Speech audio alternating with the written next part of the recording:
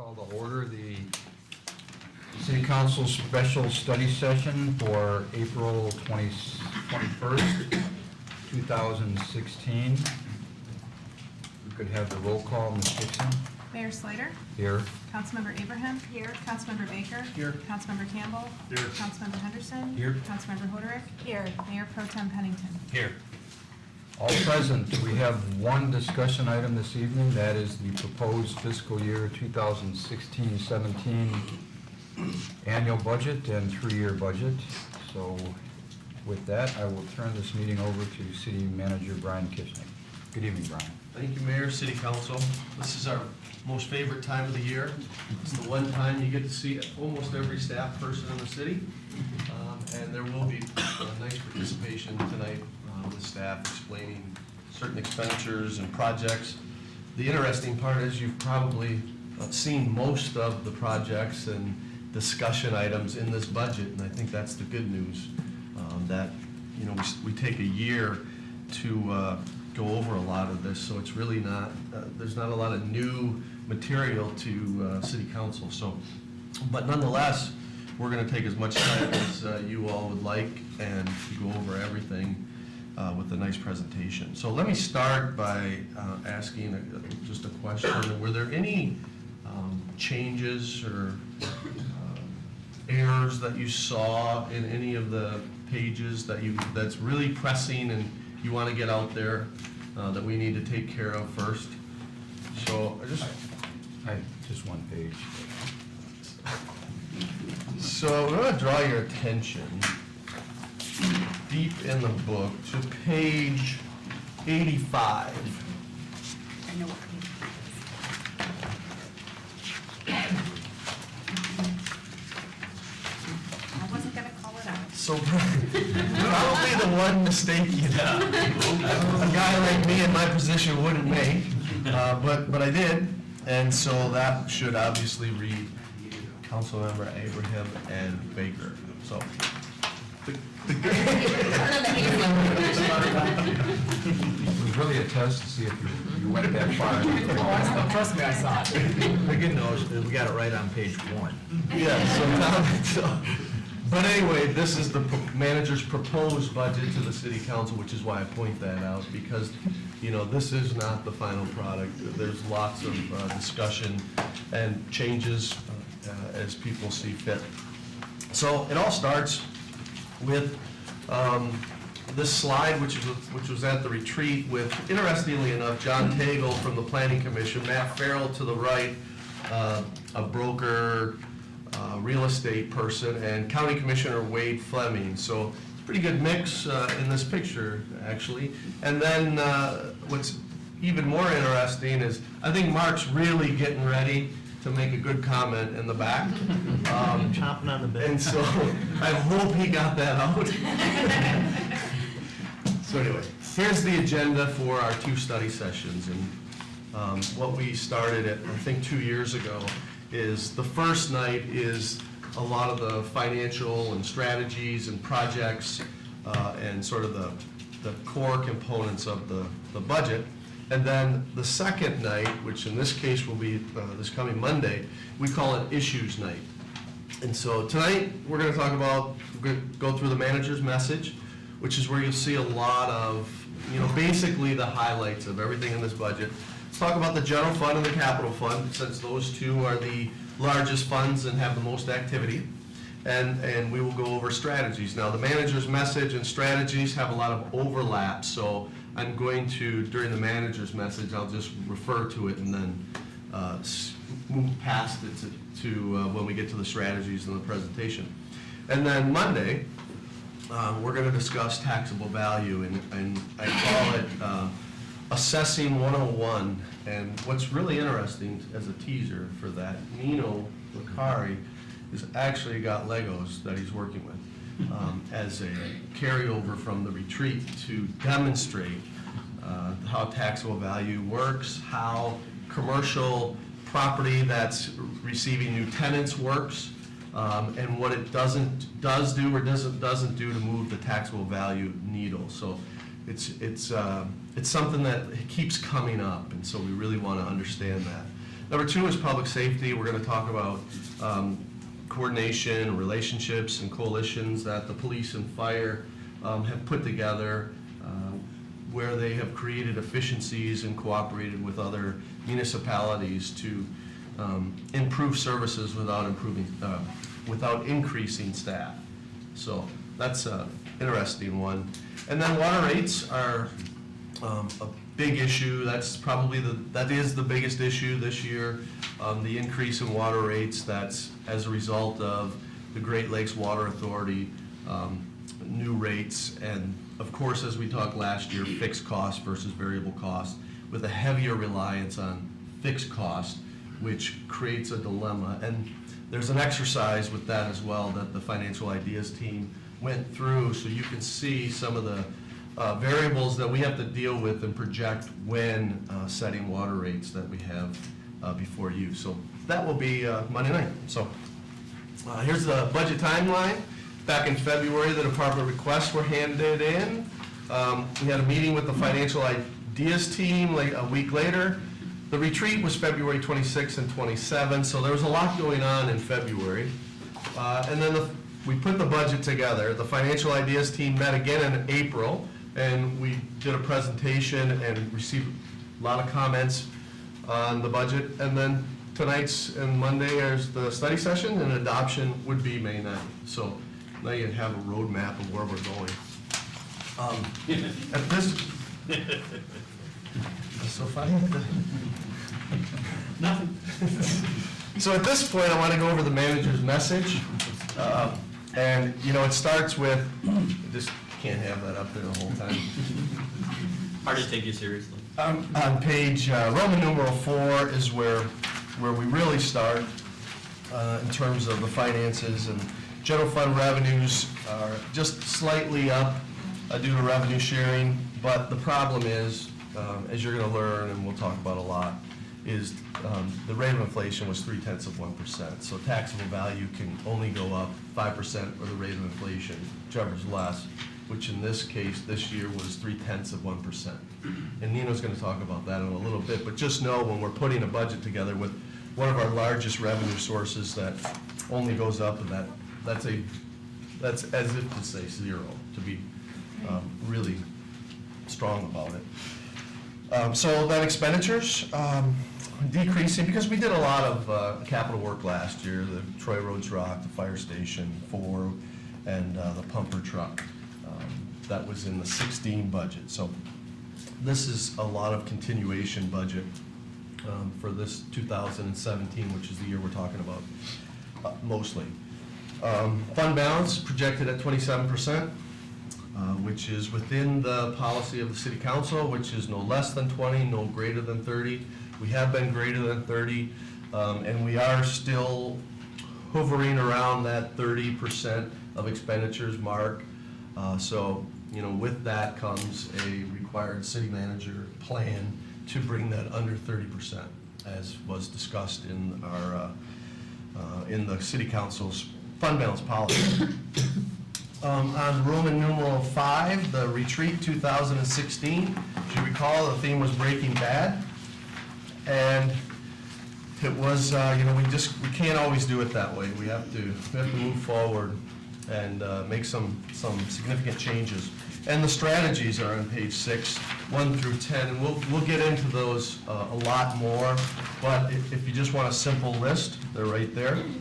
We talk about on page Roman numeral 7, the Financial Ideas team and the members, they're people, and it's open really. If somebody wants to be on the Financial Ideas team, just let me know.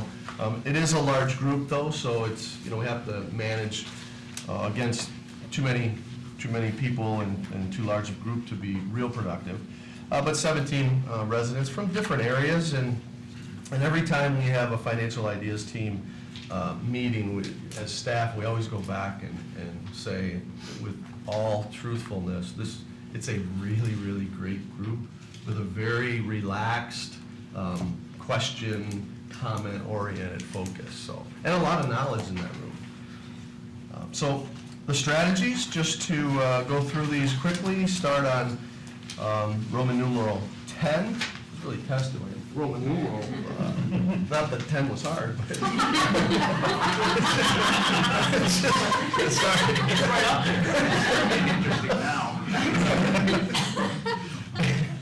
there. Anyway, so strategy one continues our focus on customer service and the east entrance, which continues to be a very difficult area or welcome to get people where they need to go. And strategy two is about the website. We're looking at 4 is the recycling, and then trails and pathways. Then Civic Center campus, and move across Troy, and then some ancillary ones that really don't have funding attached to them, but are equally as important. And that's looking at outdated policies, site development, design standards, and then the Big Beaver, looking at Big Beaver transportation service.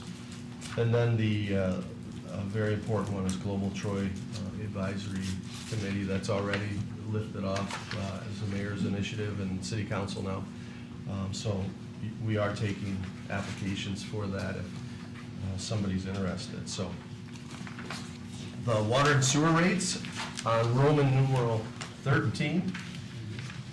We are recommending an increase of $4.10 per cubic foot and based on 460,000 cubic feet of sales. And there will be a very illustrative presentation by Paul Trosper and Tim on Tuesday or Monday night to show you exactly what we go through and what a cubic foot of water looks like. But sewer rates are recommended to stay the same. So when you combine the two, it would be approximately a 7% increase overall in a sewer water bill, which is how people receive them, or about $16 per quarter based on an average household. Roman numeral 15, again, we talk about some positions, and each of these positions was evaluated from a net zero basis, revenue or expense neutral, if you will. The first is someone at the east entrance. Engineering consultant fees would be reduced in order to hire an inspector. Building ops, part-time hours would be reduced in order to bring somebody on full-time to help Steve with the operations that he has, as well as continue the process of succession planning and bringing people along in that department. The library has submitted a teen librarian, and then in the assessor's office, an appraiser from part-time to full-time as part of a succession plan as well. Then, still on that same page, second column, the PD succession plan there are no monies budgeted for this, but we do recognize approximately $80,000 in the event that one of the 2 captains retires in this next fiscal year, which then this $80,000 would be 6 months worth, and add a 3rd captain to create competition and selection of candidates, a larger pool for the candidates. And then the Troy Historical Society has met with us and Lorraine and many people from their board and has requested $100,000, which is up $25,000 from $75,000 for their operating. And we have submitted that as in our proposed budget. So that's the manager's message. And hopefully you like the new look that Maggie was part of, or that Maggie came across from the retreat, came together. Great pictures. So the total millage for the city that we're proposing is basically no change. The debt funds, A, B, and C, it is going down 0.1% due to the debt schedule and covering that debt. So, but that's the only change, and it's a downward change, so that's good. The AAA bond rating, I just mentioned proposal A, B, and C. This is a very important component in, to recognize the City of Troy's financial structure, management, and practices, and the City Council's continued efforts to keep the financial viability of the city going, which all works hand in hand. But I think it's interesting, I get asked a lot in meetings, when is the payoff of A, B, and C?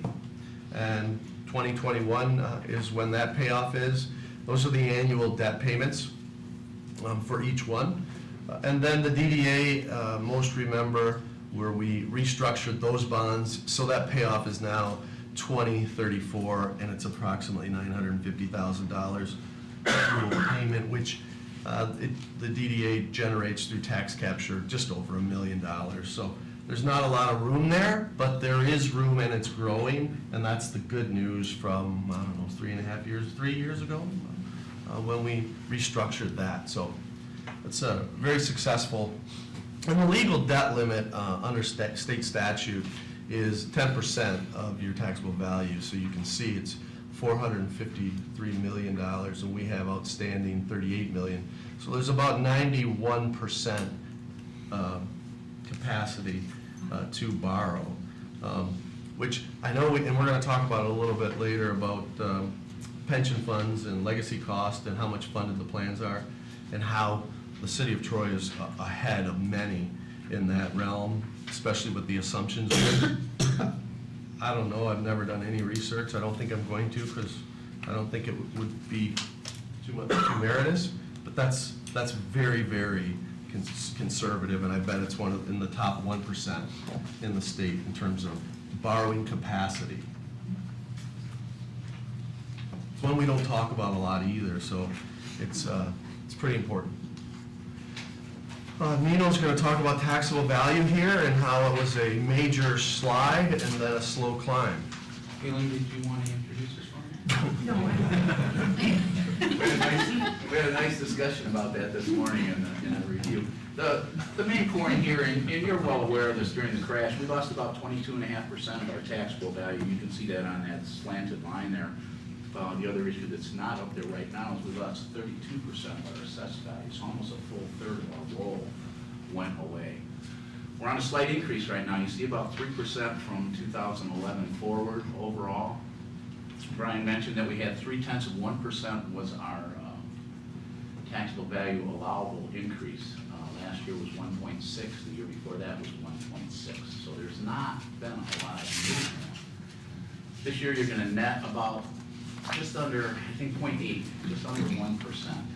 So the difference between the 0.3% and the 1% is new construction and uncapping of sales.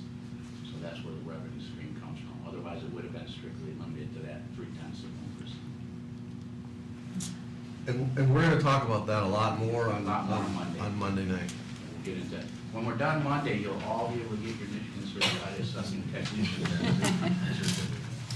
Double more. This is something we've looked at in the past. Those of you that have been around for a while longer remember that the optimum mix of commercial and industrial compared to residential is about 50-50. That's a real good mix where you have your businesses paying half of your taxes and only using an eighth of your property. We're not at that point. We haven't been that way for quite some time right now.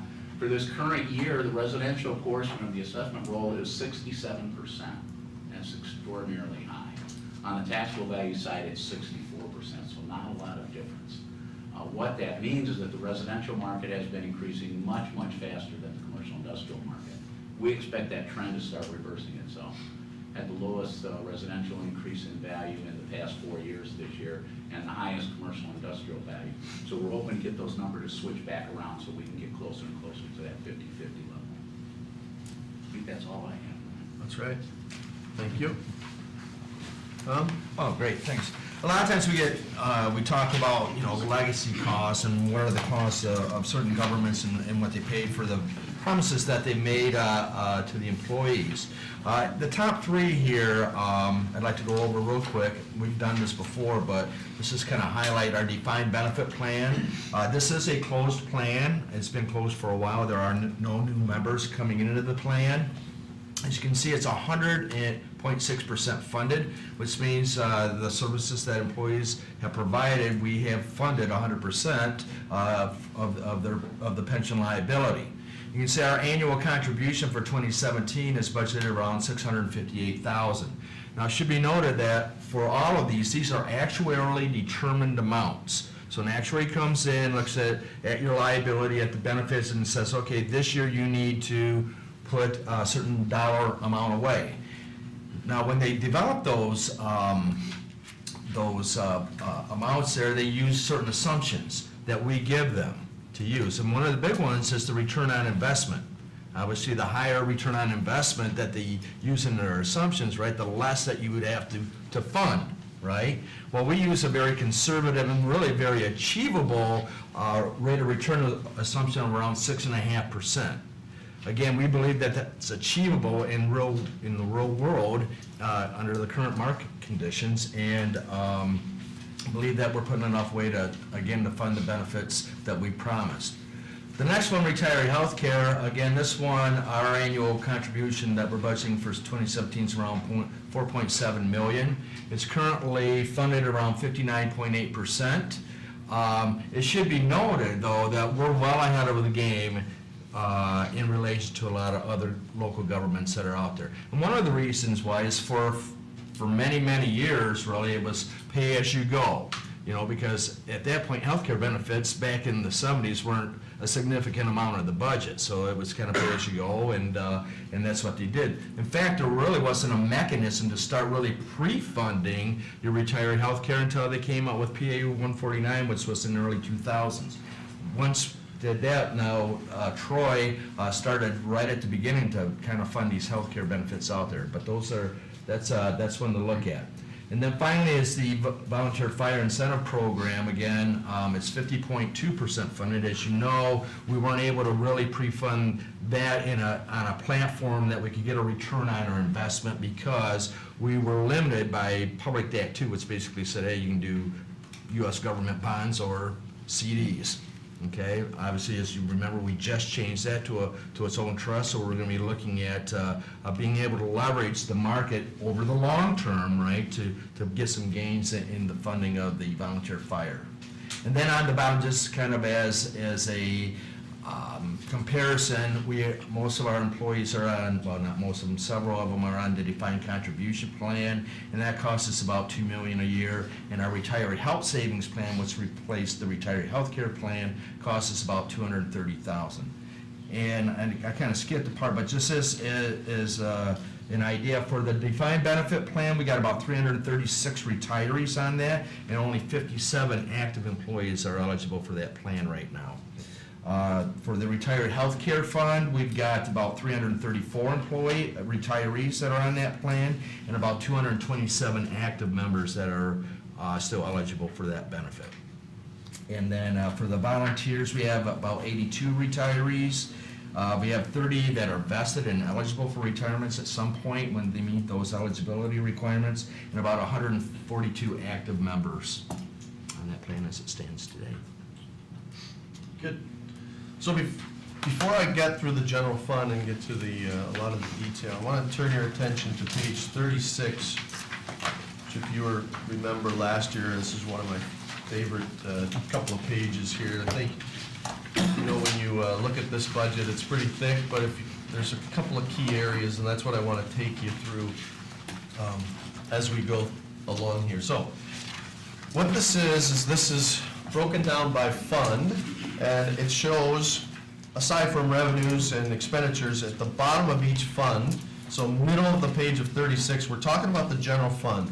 We're looking at the ending fund balance for 2017. So that number would be almost right in the middle of the page, $25,084,137. Does everybody see that? Right.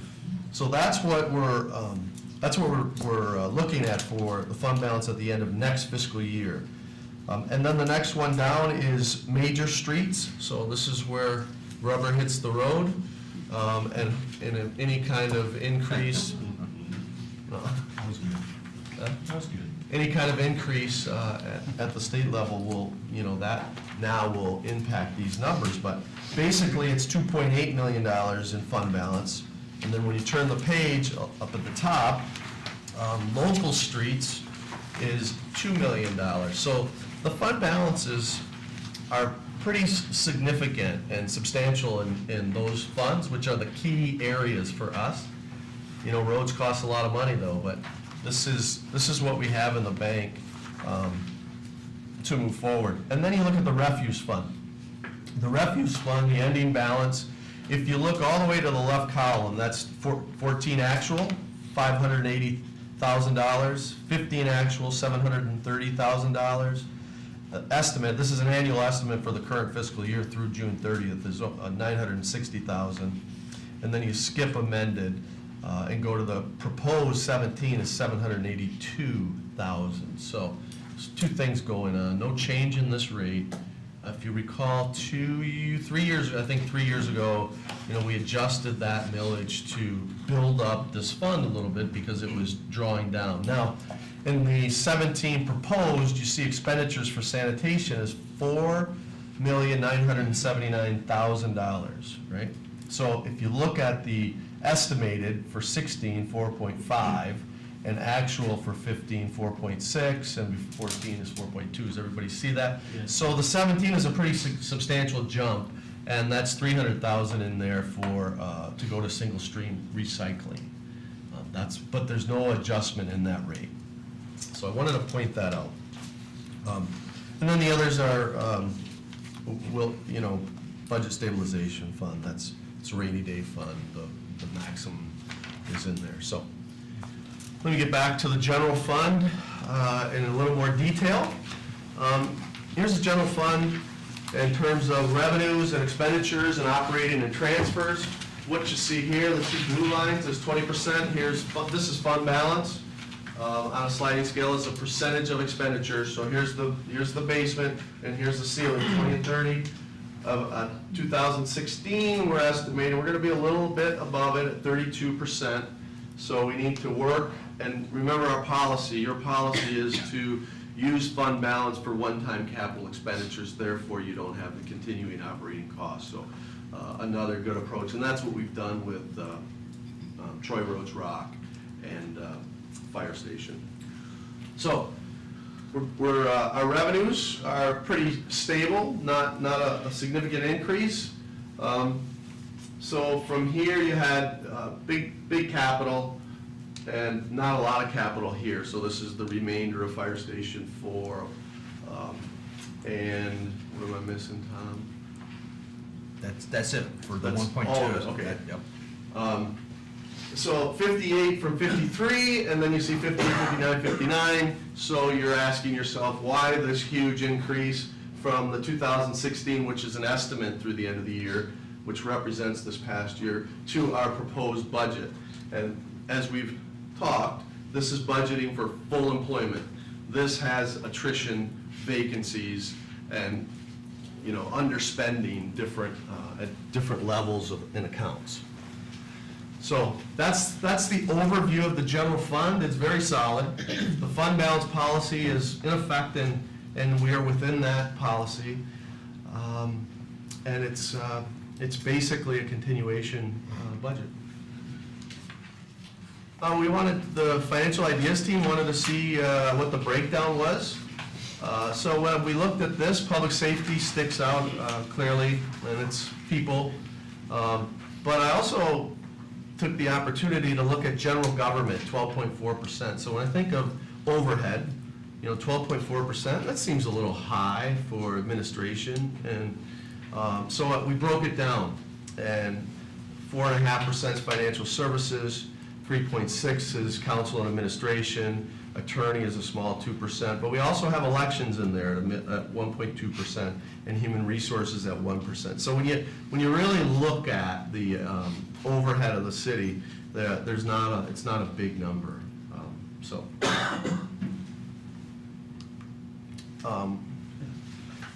Were you going to talk about taxable value, or did you want to talk about I think this? I'll just cover election inspectors.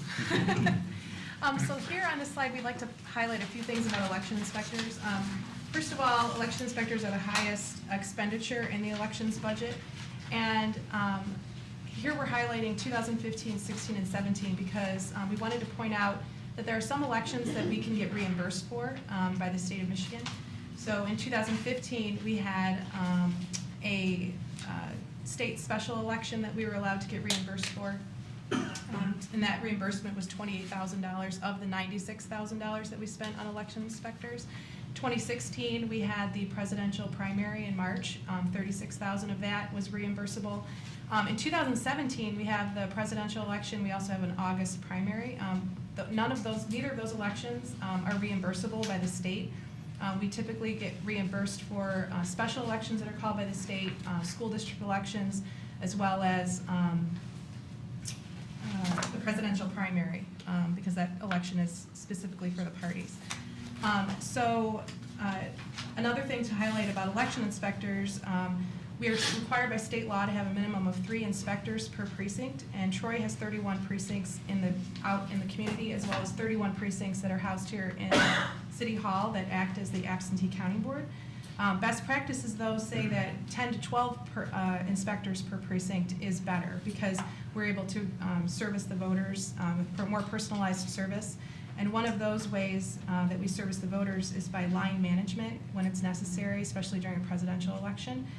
The more inspectors we have, we're able to assign a couple inspectors to actually work the line mobily. Like they will go through the line, hand out applications, answer questions, provide directions to voters who maybe have never voted before. We saw a huge increase in voters who've never voted before in this March primary that we just had. So by having those extra people in the precinct, we're able to provide that extra service to the voters, and that makes the voters happier and makes them feel like they had a more meaningful election experience, and definitely cuts down on the lines, gets the line moving better. So that's why you see that increase in 2017. Good. So to recap, there's a presidential general. It costs $122,000 just for the inspectors with no reimbursement. That's real money, right? So we wanted to point that out, and then the other ones, even with the reimbursement, it's still a loss, and you have to provide it. So, community contributions. The top 2 are the youth assistance programs. The money from this comes from the general fund through the police department. We work with Troy Youth Assistance. They provide counseling for youth that attend Troy schools or live in the city of Troy that are referred by either the police department, the school district, or the parents can refer them. They also have family-centered counseling programs that they offer. They have a volunteer program that sponsors local parenting and prevention programs. That's what Troy Youth Assistance does. We give them $10,000. Avondale Youth Assistance does the same thing for the Avondale school system, which is primarily along the north part of our town. The other group that we fund is the Troy Community Coalition. We fund them through $25,000. As you're all aware, they were dedicated to promoting a lifestyle free of alcohol, tobacco, and other dangerous drugs. The Troy Community Coalition works with youth. They do a lot of prevention programs. They work in the schools with our school liaison officer. They network and replicate successful programs. They do a lot of community education and present a lot of programs to help prevent alcohol and drug abuse. And then the Nature Society at $75,000 is on here, as well as the Historical Society, which is a $25,000 increase to $100,000.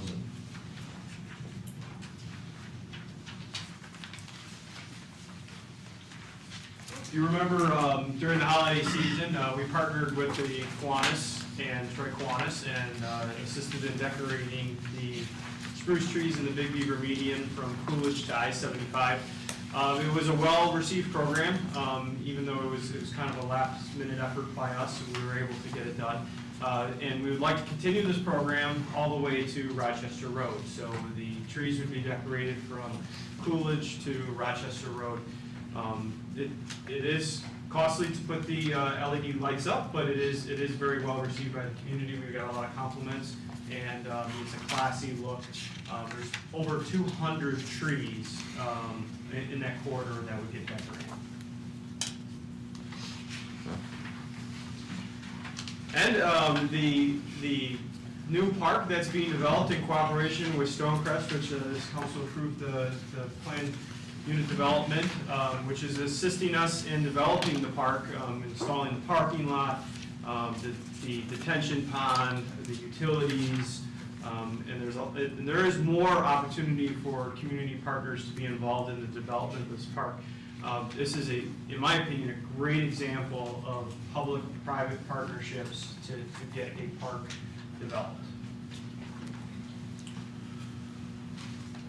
All right, thanks, Kurt. Let's talk about the capital fund. This is extremely important fund to the city, partially funded by a millage of 1.53 mils, which generates about $6.5 million.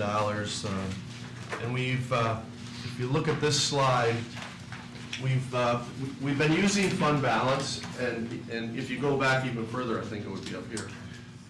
And so, but we've been doing that on purpose, and last year we started talking about where do we find the balance in this fund, and you know, this is kind of our sweet spot in here, because 17, it's 15 million in revenue, 18 million in expenditures, keeping this at 8, 7, 7, 10, so you know, 8, 9 is where we always target ourselves to be. Now, you know, Bill Hootery brings a lot of projects to us that continually keep us on our toes to keep that balance, but you know, they're all good projects, so that's why this fund fluctuates so much, but we do like this unassigned fund balance to be at about 8, 9%. So, but it is a capital fund, so the reason why we have the money in the bank there is in case there's a match needed.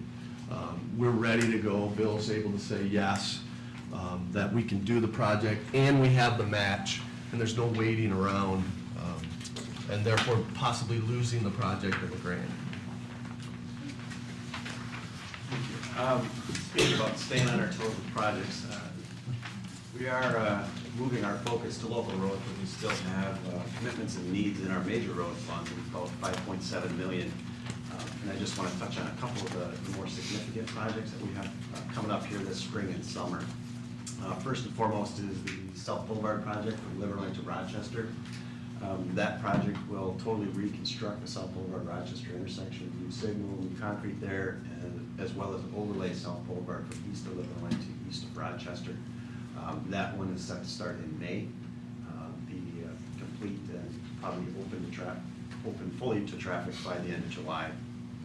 In June, they started the DeQuinder project. This is the first phase of 3, from just south of Beaumont up to Utica, which is just north of 59. That is a 5-lane reconstructed widening through that section.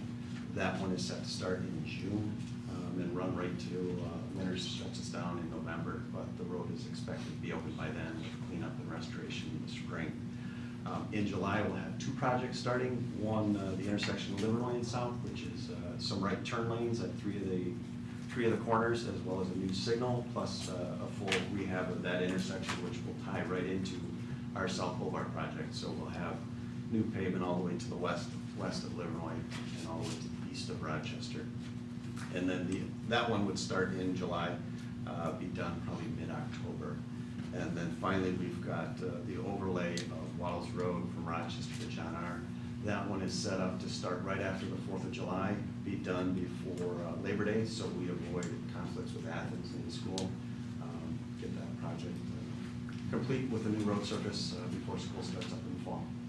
And Kurt will run you through some of the local road projects coming up. Before we do that, Bill, there is some confusion with the Financial Ideas team about this. This is not Square Lake. Correct, that is I-75, the first phase. Oh, okay, thanks. So as Bill talked about the major roads, the local roads are just as important as the major, although they don't see a lot of the traffic as compared to the major roads. So you've got 2 components to local roads. You've got the rideability of the road, and then you have just how it looks. People like new roads in front of their homes. So, and that's one of the reasons why our concentration now is on those local roads. In the proposed budget, there's just over $3 million worth of investment in the local roads, and you can see that some in the pink areas, some of that is is asphalt overlay, some of that is concrete replacement. Where Brian's highlighting there, section 17, that is part of the 2.5 million the council reappropriated for this spring. So once we complete that $2.5 million, we'll identify those roads that we'll work on. Typically, we do the local roads in spring of that fiscal year. So the next round of local roads would be next spring. And then, just looking from 2012 to 2015, $33 million in road work. When you look at this grid, one of the things we try to look at is what areas are we in, what areas should we be in, what areas, and using the PACER system. Do you guys still use the PACER rating system? So their PACER rating system to look at what roads need to be done. I myself just go out and drive them. So. All of them? Enough of them. What you have in front of you is a current capital project that we started Monday. It was budgeted in the 2015-16 budget for $50,000. The actual price of the project came in at $32,800. It just started this past Monday. The completion should be Saturday, possibly Sunday, weather permitting. They've had some excellent weather for it.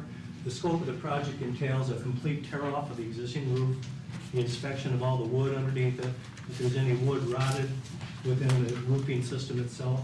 This is a shingle roof. It will get replaced. A 40-year dimensional shingle will be installed on the roof, and a 5-year labor warranty involved with the contractor to take care of any issues that go along with the building.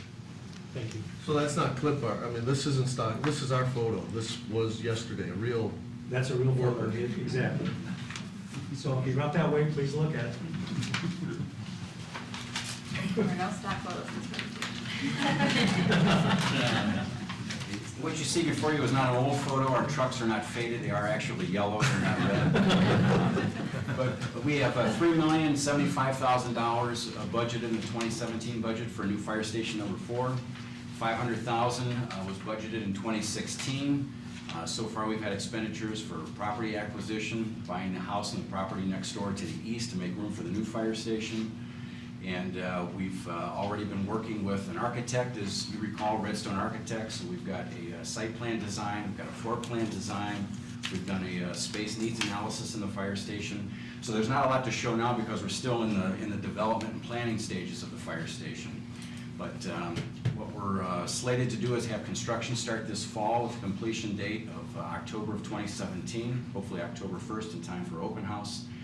And we are also meeting with the neighbors this coming Wednesday to show them what we've got so far, what the plan is, address any of their questions or concerns they may have, kind of a town hall forum type thing. And from there, we'll work on the facade, the design, what the station's going to look like, and then work with our construction manager to get the ball rolling and get the construction started this fall.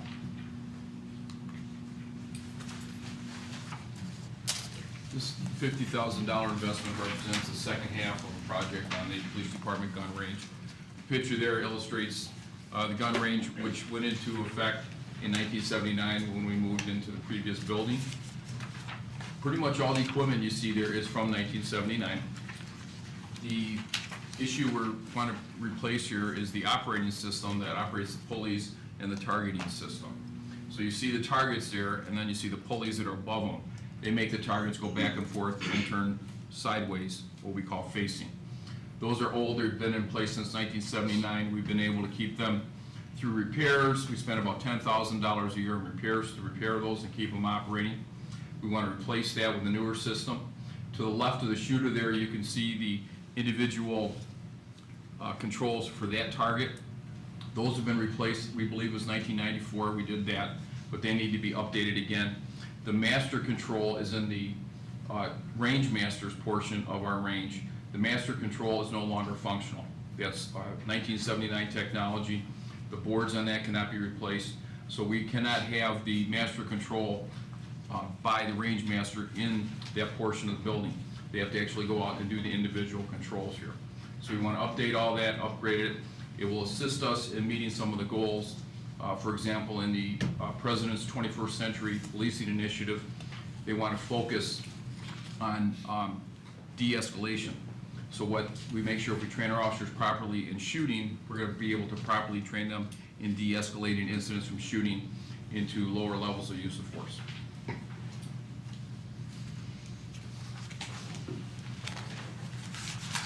This project that you're looking at right now will be pre-planned. It's in the 5-year capital budget. Will take place in the budget year 2017, 2018. It's for the roof on the district court. Right now, there's a flat roof on that building. It's in dire needs of repair and replacement.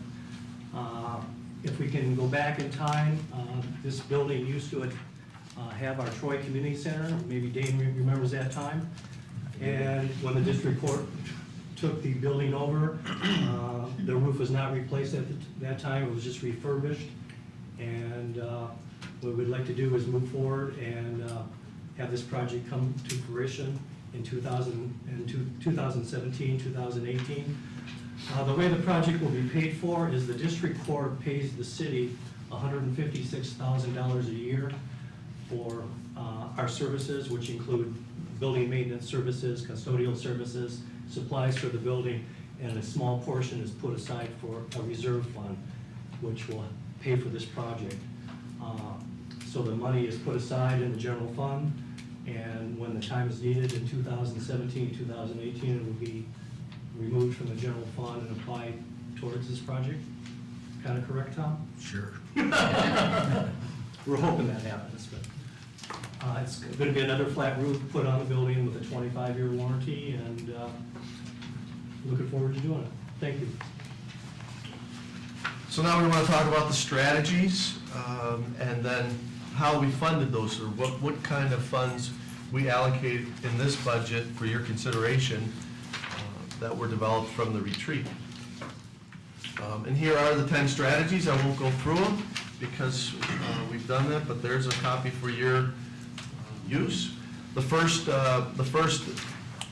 project is $800,000 allocated to for a customer service center, welcome center at the east entrance, and then one staff person.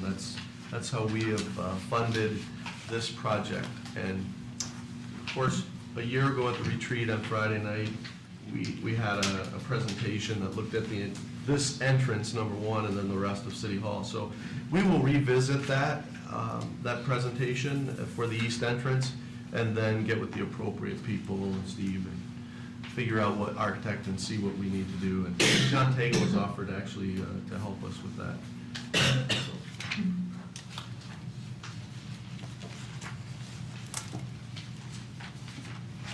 So the City of Troy website, it's an important part of Interaction Troy. It is also the strategy, it's number 2.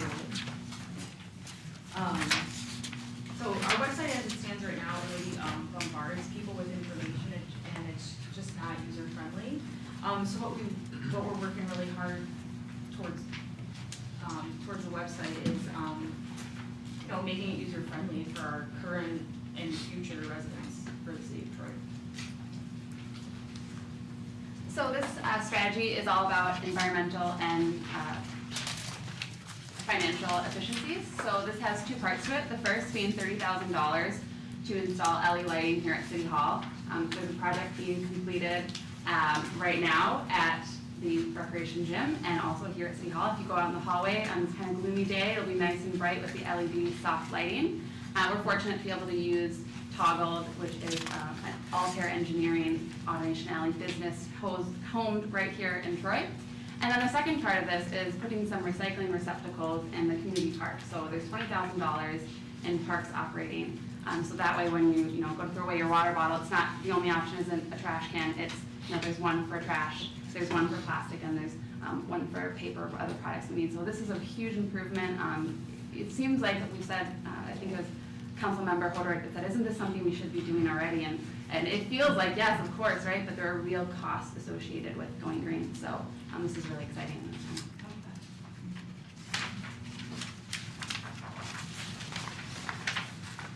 Well, I don't think we need a history of travel.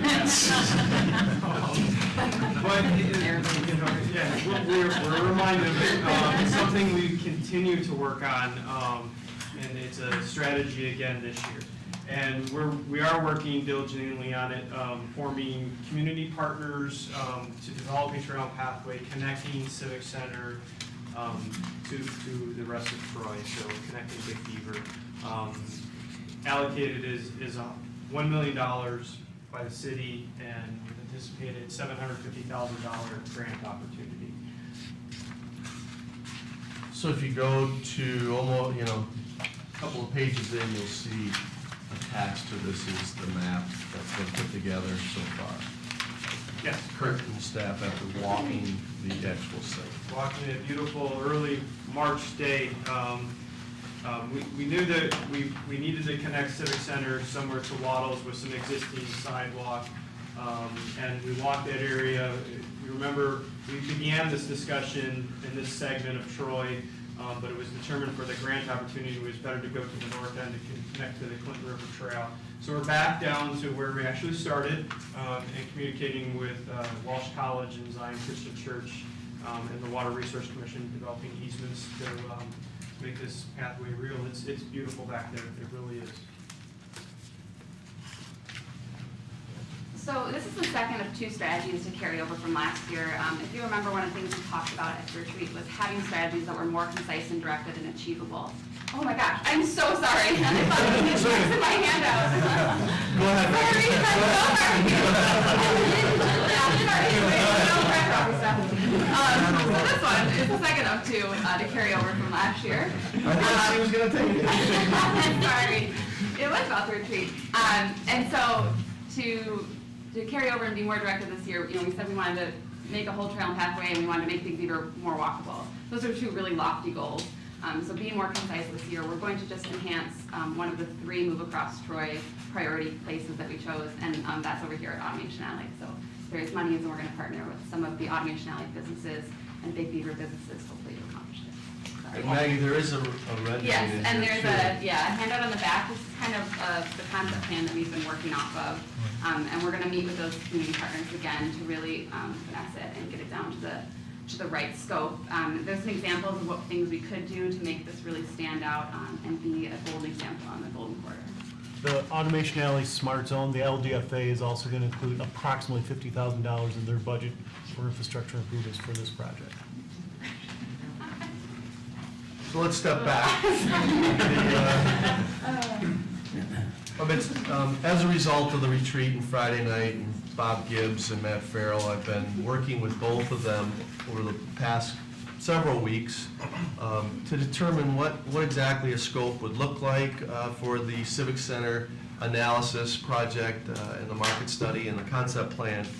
And we are getting closer to knowing what that is. We've budgeted $200,000, and that includes a lot of points, and from a market analysis to 30 meetings with different groups, including City Council, Planning Commission, DDA staff, as well as looking at the residential market, the retail market, and anything else that would make sense in that area. And it also includes, this would include looking at other municipalities. And as you know, Bob Gibbs goes all over the world doing this. And so he's right here, so his travel costs are kept to a minimum. And he is very excited about this project with Matt Farrell.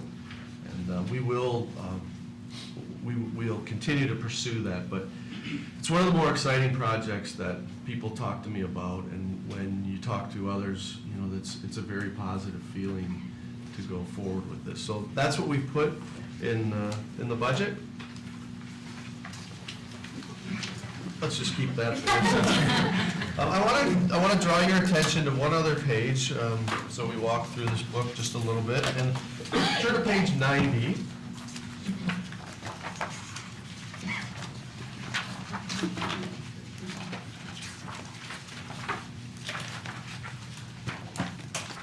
Right, 90, city manager at the top.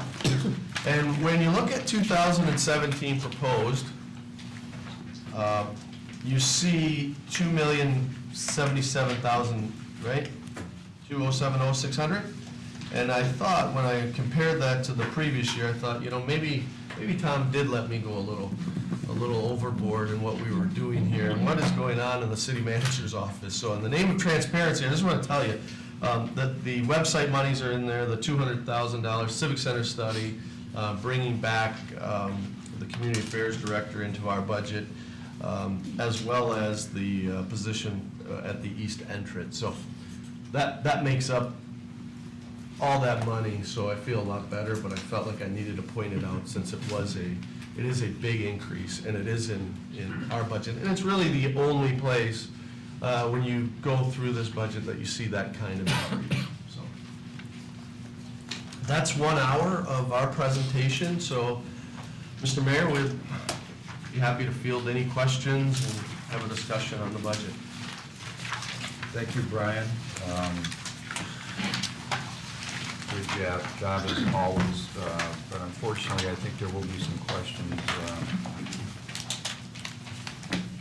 And who would like to be first? Let's maybe try to move across the table in some orderly fashion. So, Councilman Campbell, are you prepared at this point for any questions, or do you want to defer at this point? Well, I mean, we can, just, we've had the, not that I'm against trails, but we've had the trails money in there now for as long as I've lived in Troy. And when we haven't got any trails, we've had a lot of issues getting money for trails.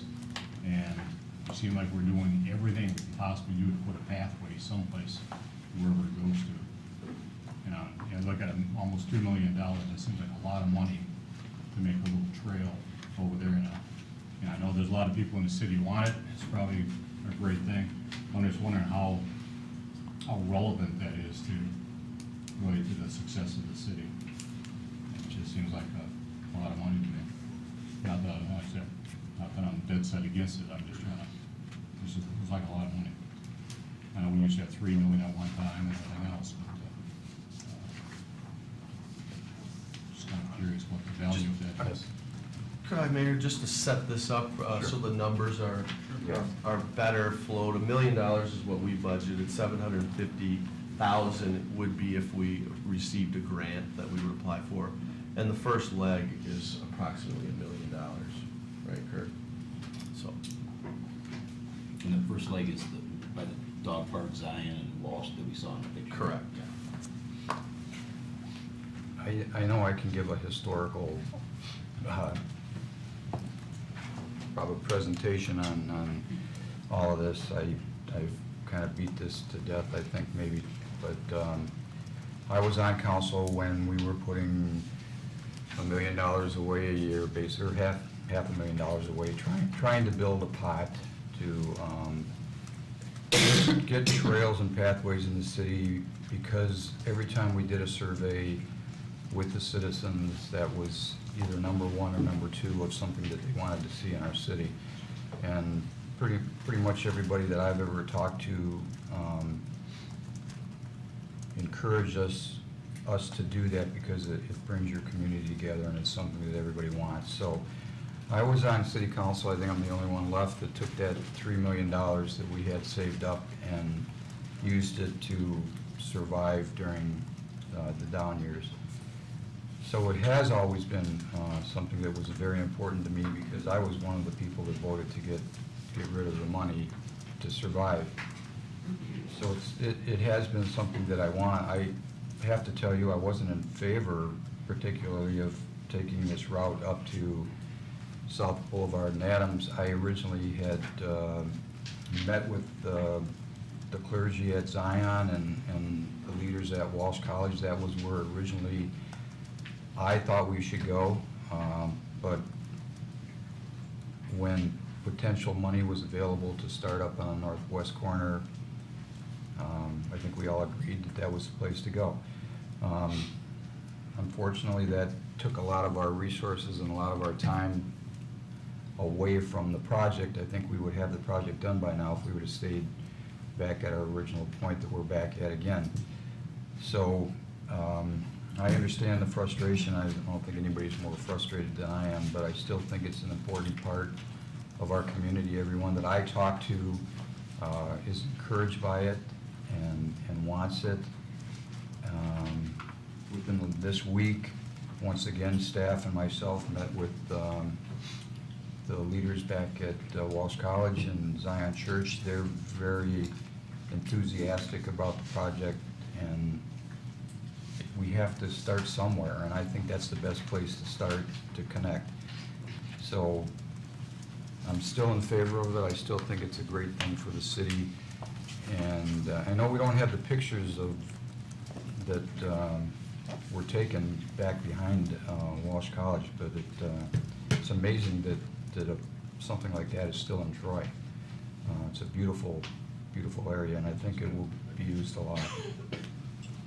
And that's my 2 cents. I think it's money well worth investing into the city.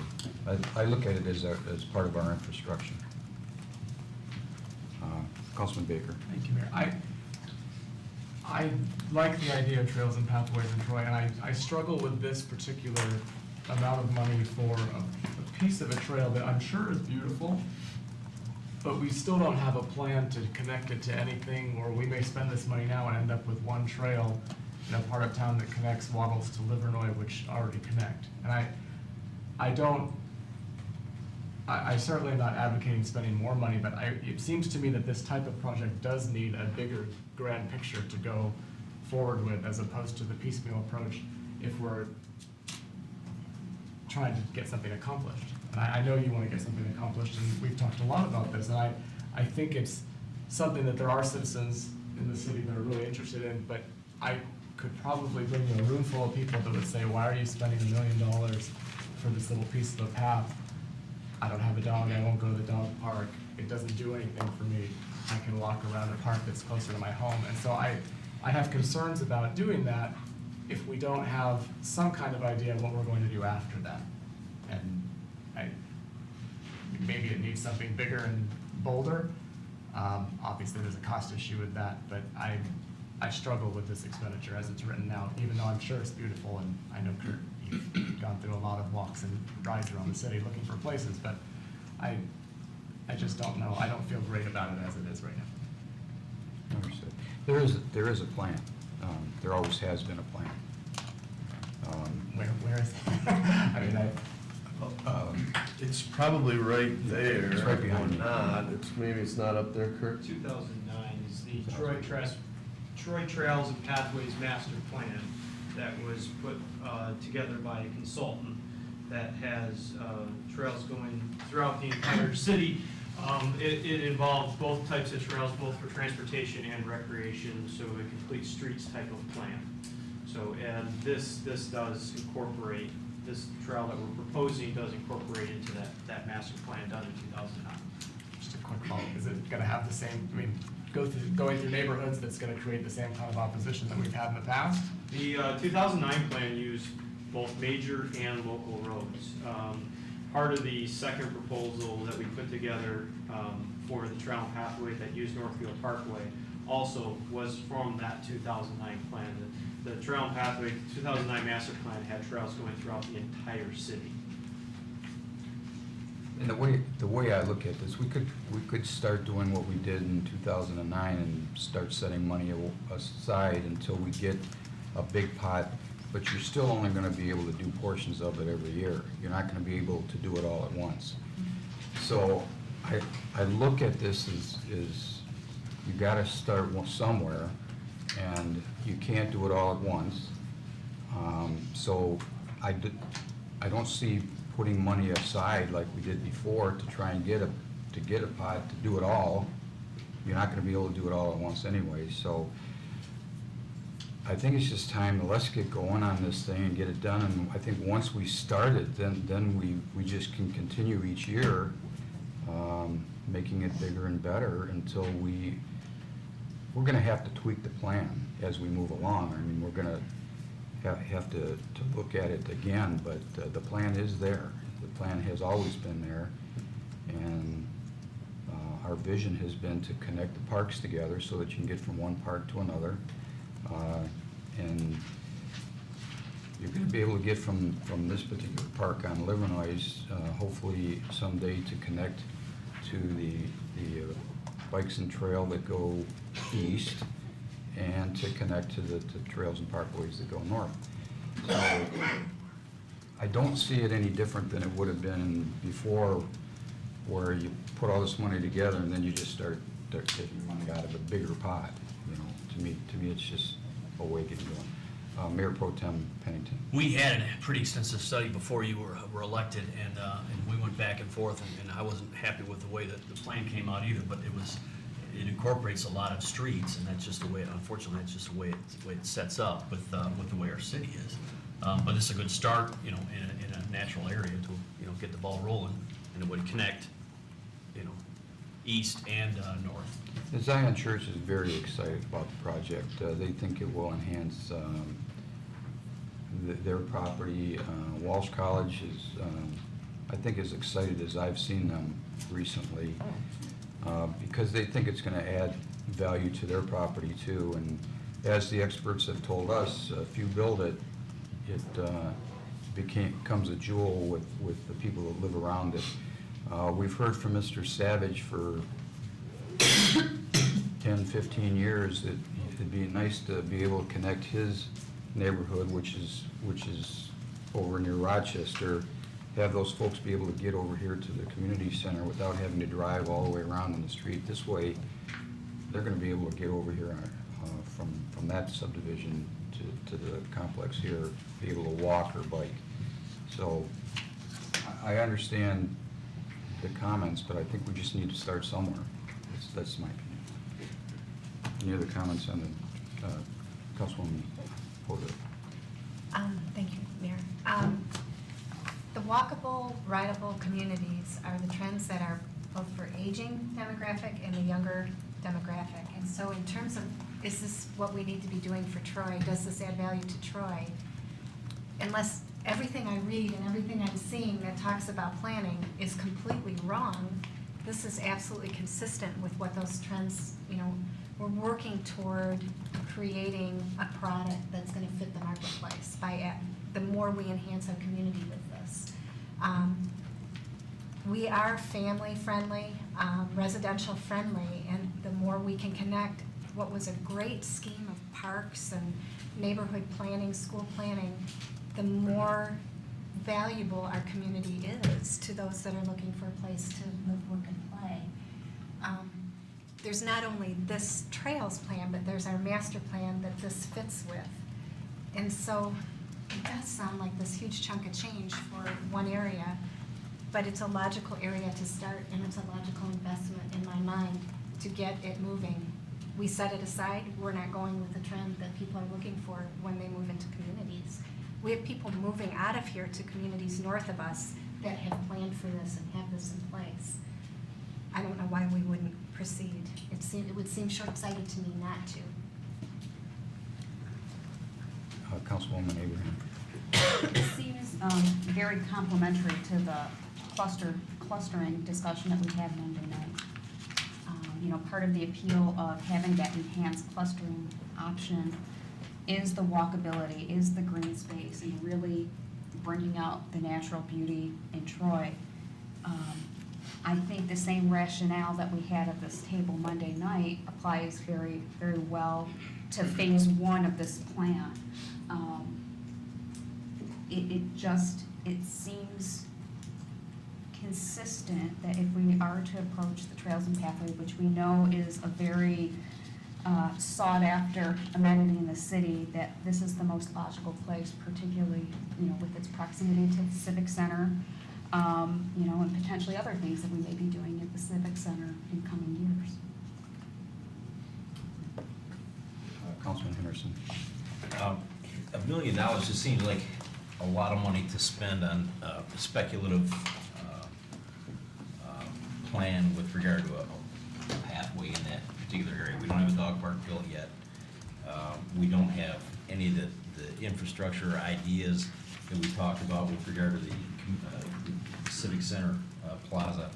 So to just spend $1 million to have that pathway in there, you know, let's get the dog park built. Let's see what we can develop here, see if we can get some of that foot traffic before we have that pathway set up. I just can't see spending $1 million on something like that without having, anybody there to use it, because I would rather walk to Firefighters Park. I'm not gonna come over here and walk that pathway unless there's a compelling reason to get there, and the dog park might be that, but it's not there yet, so. We do expect the dog park to be done this year, hopefully, or well on its way with the project across the street. But just a final comment, I do just think that City Council has a responsibility when the citizens put something up at the top of their list of something that they want, that it's something we should pursue. So that, I just think we've been trying to get this thing going for 5 years.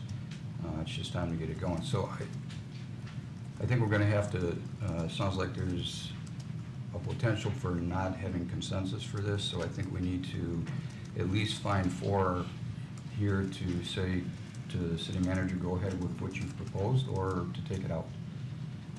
So,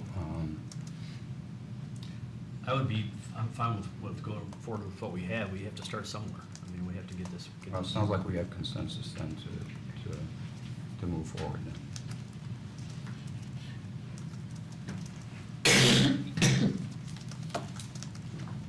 Councilman Henderson, did you have anything else? Actually, we're gonna have a presentation Monday on the Historic Village Nature Center, or no presentation? This is on Monday, on issues night, we're talking about taxable value, public safety, and water rate. Okay.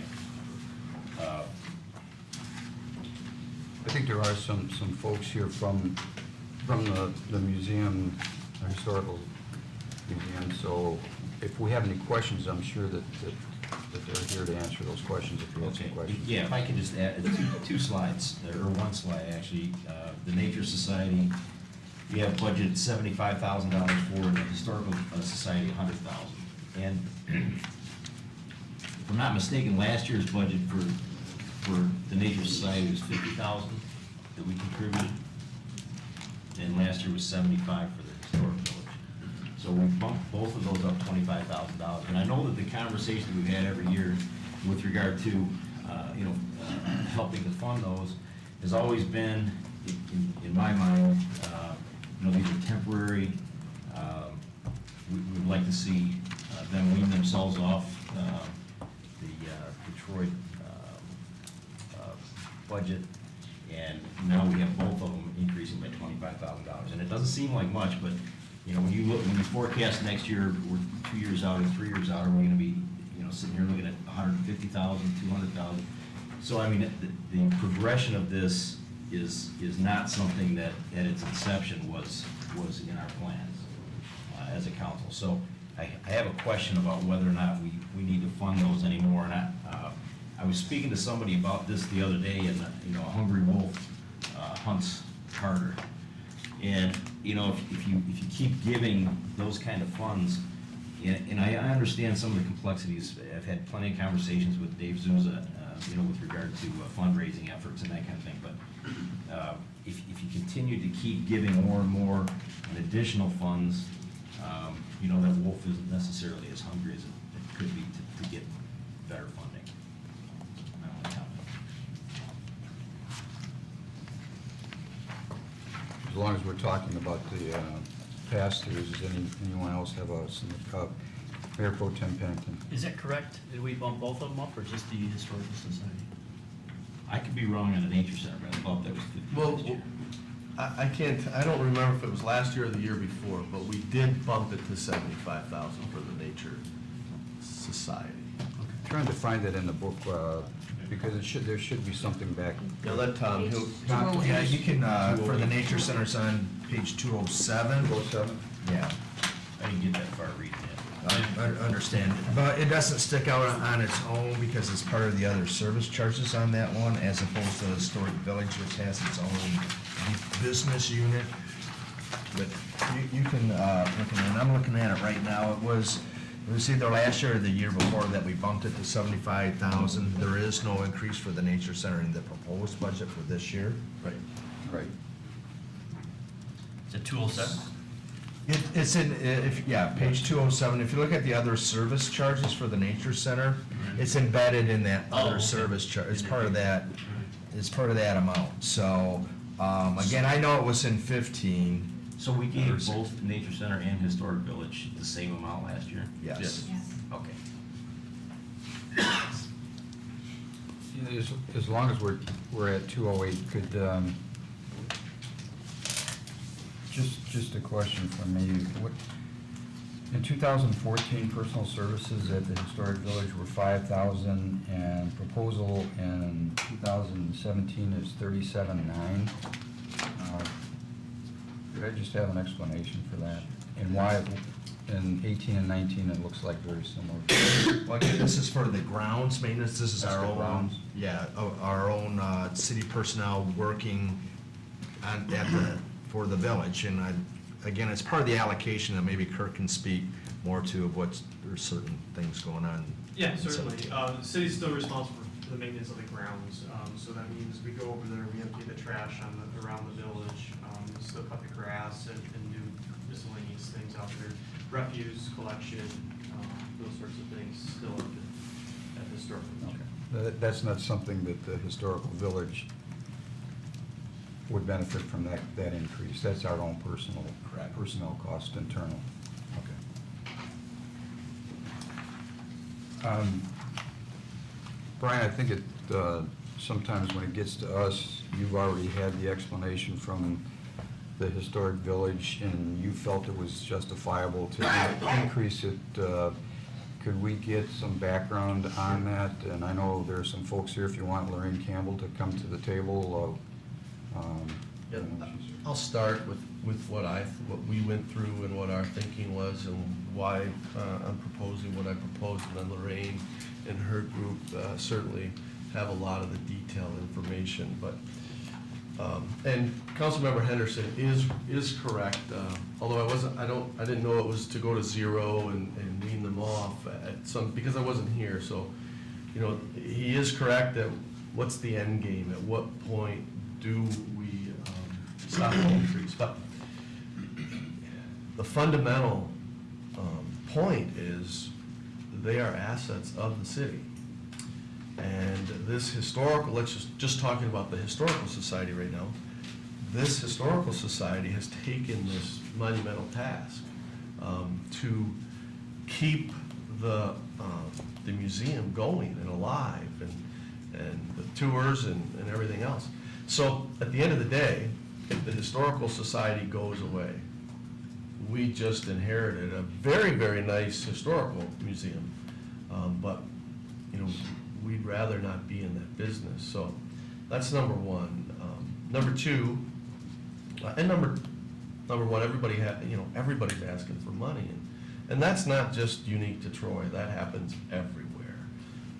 So you know, the library, all the nonprofit groups, and you can't fund a museum with spaghetti dinners, right? I mean, its budget is $400,000. So when I looked at it, and the Nature Center is $100,000, and I'm sorry, $223,000. Thank you, is double. So I said, you know, a $25,000 increase would be justified in my mind.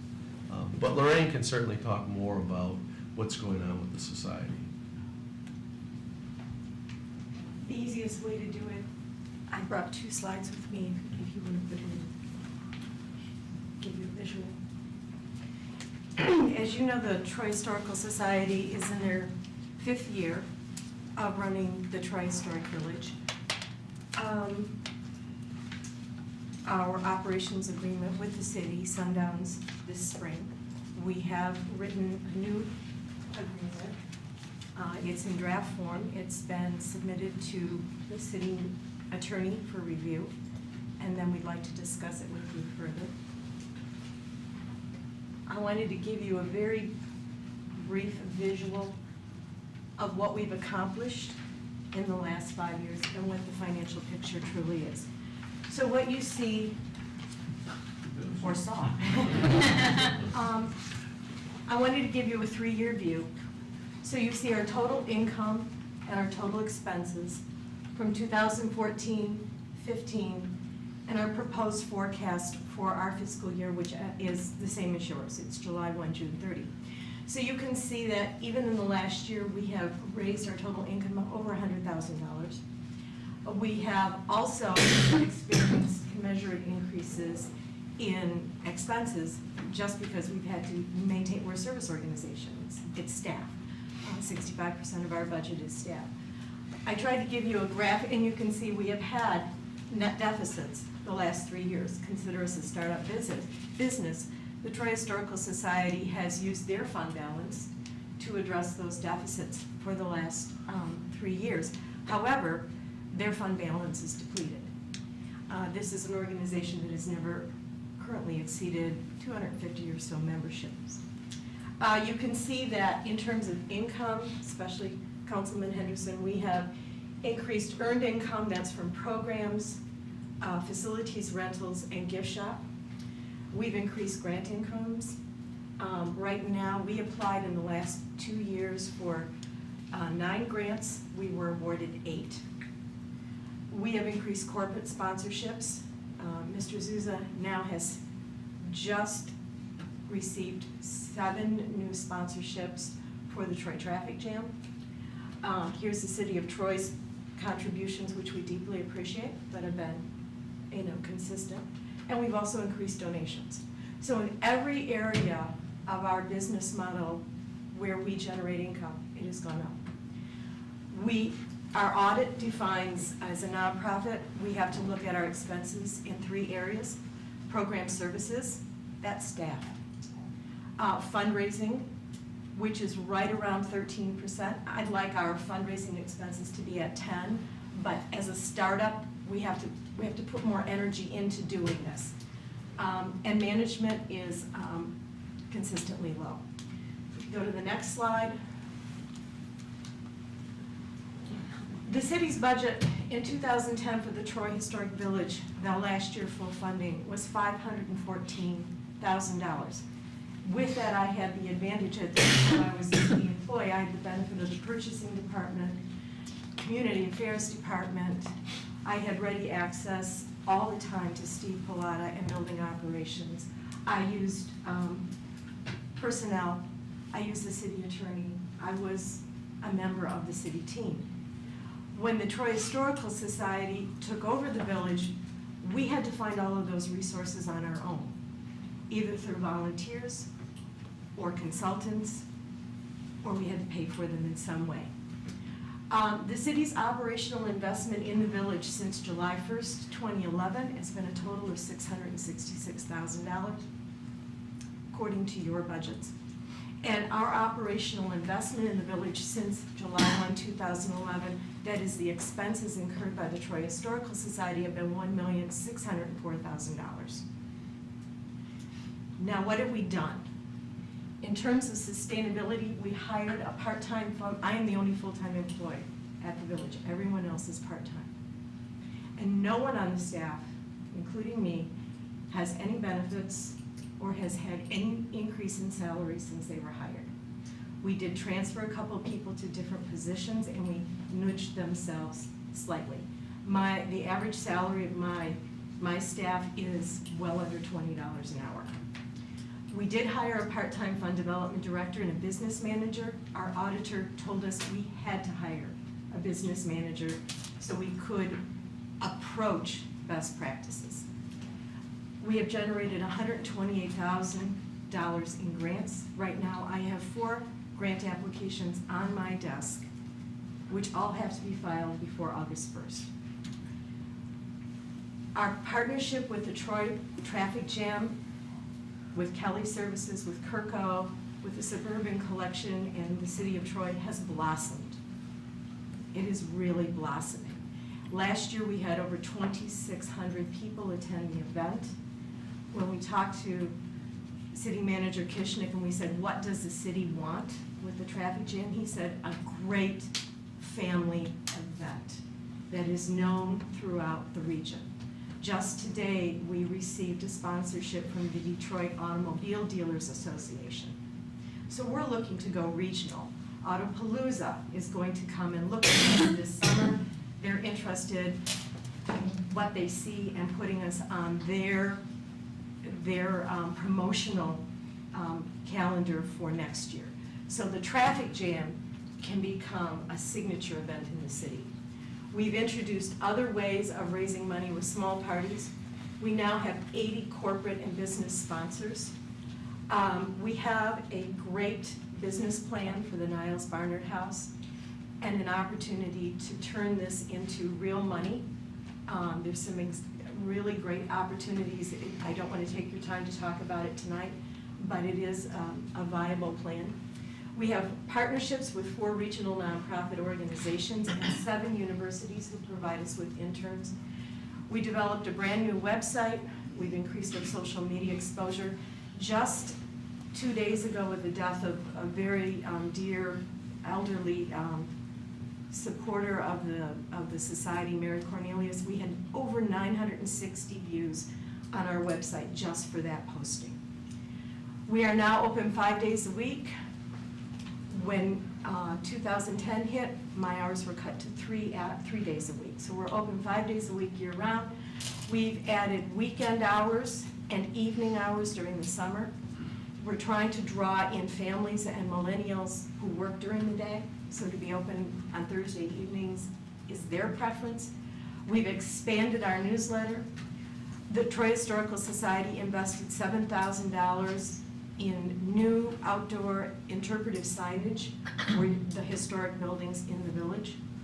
We will have a brand new exciting interpretive guide for people coming to the building. It's a self-guiding. It's not a leaflet, it's actually a little booklet, and the printing is coming free from Allegra.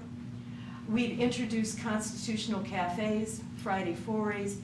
We are now doing outreach programs to our community. We see that's where the growth potential is for educational programs as school districts have cut transportation, and we're looking to the future. So we want to keep our field trip program vibrant in the village, but unless we have a space like the Niles Barnard House, we can't grow beyond the capacity we have right now. So we want to leverage the ability to go into the schools. We piloted in 30 classrooms this past winter using a grant, and the feedback was outstanding. So we want to expand that program. But right now we're relying on grant dollars to do that.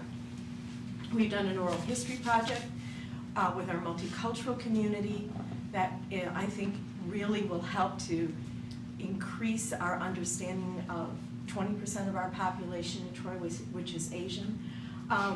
In 2011, we had 2,500 volunteer service hours. Last year, we clocked over 6,000.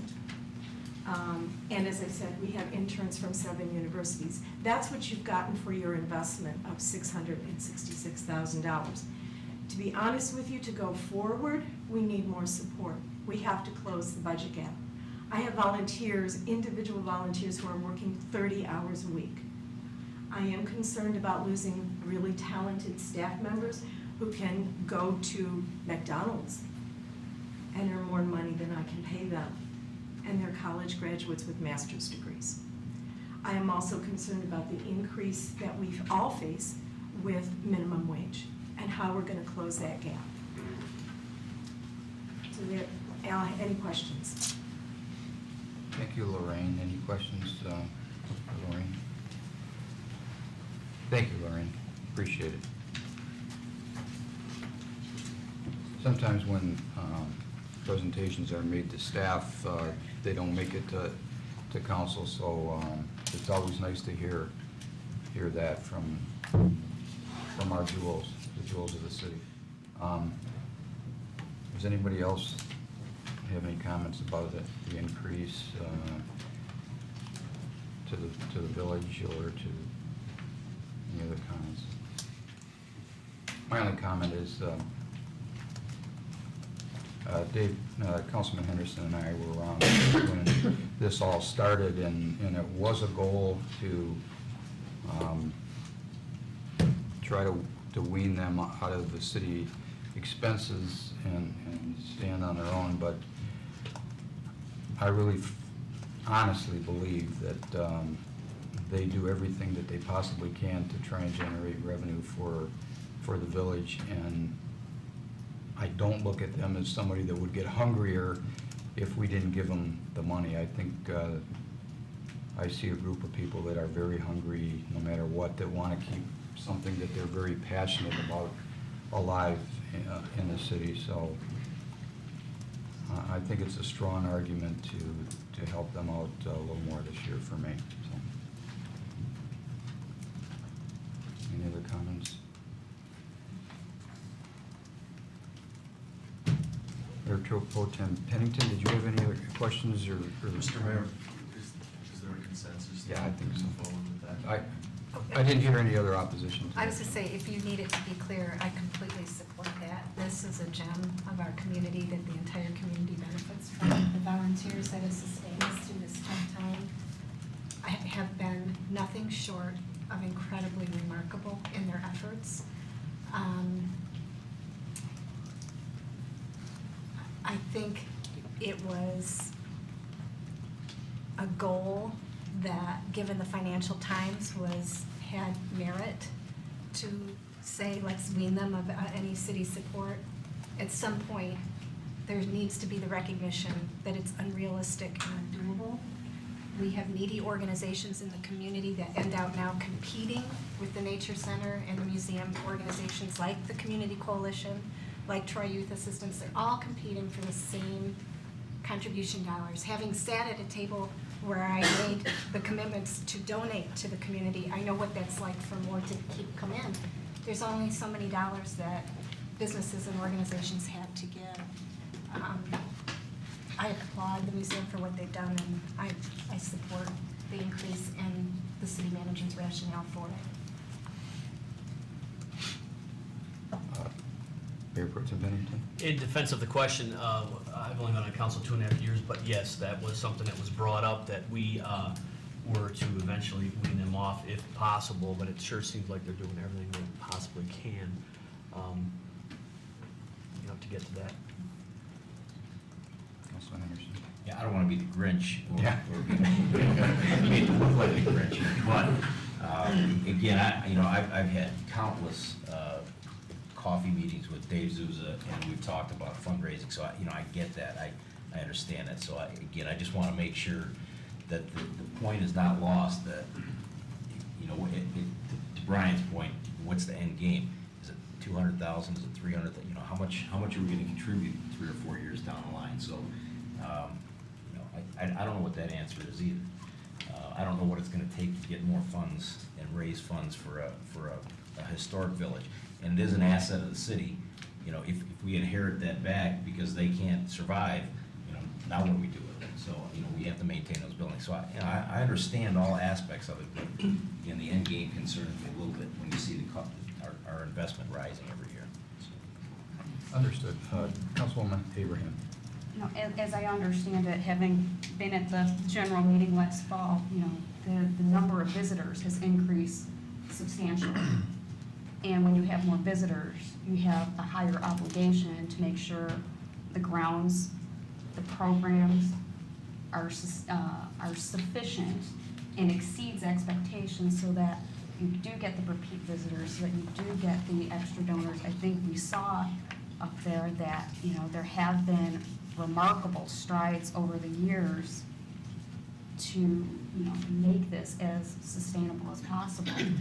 But there comes a point, a $100,000 investment versus the $514,000 it was in 2010, 2011. So those are dollars from 6 years ago. Perhaps in today's, net present value would be closer to 600,000. I think we're making a very wise investment. We have to make the grounds anyway. Let's make it an attraction for the county, for the region. I think it's money well spent. Thank you. Any other comments? Just a little comment, Brian. Seeing as we're responsible for the grounds and the grass cutting and all that, is that our goal to make sure that the grass is yellow over there now, instead of green? I've seen the Somebody spray paint it? I think the dandelions have really taken over. Is that right? We have dandelions on the east border behind the church and parsonage. I think it was seeded initially when the church and parsonage were moved in. I think that the lawn maintenance company simply, cuts it. So there's never been any weed and feed, if you will. Could I just encourage Kurt to take a drive over there tomorrow and, It's a flower field. yeah. They It's didn't have weed historic. and feed in the 1800s. Exactly. I gotta agree with Councilman Henderson there. Maybe dandelion salad. Dandelion wine. Period. It's pretty yellow over there. That's all. That's just my comment, and you got it? Got your best man on. Thank you. Mayor Pro Tem Pennington, any questions? Yes, I had one or thoughts? question for City Manager Kishnick. We had talked about, well, first of all, during the retreat, the exercise with the civic center property redo was very exciting for everyone that attended. And then we talked a little bit after that, and the conversation was right around $100,000 to have a study done. So if you just go in depth a little bit, I'm curious why it went from 100 to 200. Yeah. Who gave the $100,000 number? I thought you did. Did I? I think we might have been just spitballing. Well, as staff knows, I never want people to leave a meeting without at least having some number, but really I was, this is top of mind. When I met with Bob Gibbs, the real expert, and Matt Farrell, that's when the real numbers came together, and the scope. When we were talking, I had no idea what the scope was, market study and concept plan, right? But I'm very comfortable with this number at this point, having had those conversations, so. Okay. That's the, Well, just curious how, how that, he assembled a team and. yeah, he's done all that. Okay. That's all done, scope of work is out there, and this number is very good. Councilman Henderson. Yeah, thanks for asking. Are there other companies that might do similar processes that you could at least check where they're? We were very clear that Bob Gibbs was gonna do this project. And I'm not straying from that as a recommendation to this council. Bob Gibbs is the best. Matt Farrell knows this area better than anybody. And they care about Troy, right? They really do, so. Both of them were at our retreat on their own dime, correct? To help us? Yeah, and they've been on their own dime other times for us too. Just a Councilman quick question. Do we know how long it'll take to get any of this information, or what the plan is for when we might get some results from them? Results from their study? It'll be done this year. I mean, I'm saying several. This fiscal year? I mean, No, this calendar year. This calendar year. This okay. calendar year. Okay, just Which, curious. which it's almost May 1st, right? So that's pretty quick. But we've told them, I've told them, this isn't gonna be drawn out. You're gonna get started and you're gonna go, because we wanna make progress. People, and, they wanna do it quickly, however, also thoroughly, because, they wanna capitalize on the excitement of Troy right now, right? I mean, there's a lot of activity. There's a lot of people talking to Mark, Glenn, and Brent, and they know that. There's also an ICSC event in December in New York City, which the goal was to try to market it at that event. Yeah. And that was- Which is the real one, as we talked to Matt Farrell yesterday. Yeah. And ISCS stands for International Council of Shopping Centers. Councilwoman Hoderick, did you have anything? Thank you. I just wanted to kind of affirm the city manager when he talks about the excitement Matt Farrell has for the city of Troy, even before this discussion happened with our offsite. When I first started on council, economic development had been a big part of my priorities, and if I'm being very candid, I needed to seek my own understanding of what that looked like and felt like in the region, who the players are, what's happening. The county, attended the One Stop Ready sessions that the county had with their economic development team, many Troy Chamber events. I could go on and on and on my free time, and every time I turned around, I would see Matt Farrell. And he's not only passionate about what's going on here in Troy, but in the region overall, very connected to the thinking and the ideas and the vision in the county. And I guess I just wanted to say out loud that, I'm realizing not everybody has the benefit of going to things, and every time they turn around, they see an individual like that, and what his name is, there's a face, a name, a human being, and a passionate person. I guess I just wanted to say to you, I get it. I get why you have confidence in him and being on that team. So thank you for that. And they make a great team. They work well together. The only comment I have about this issue is, and I've said it other times, is that we're setting money aside to fix roofs and do east entrance modifications and stuff at the library to keep that going.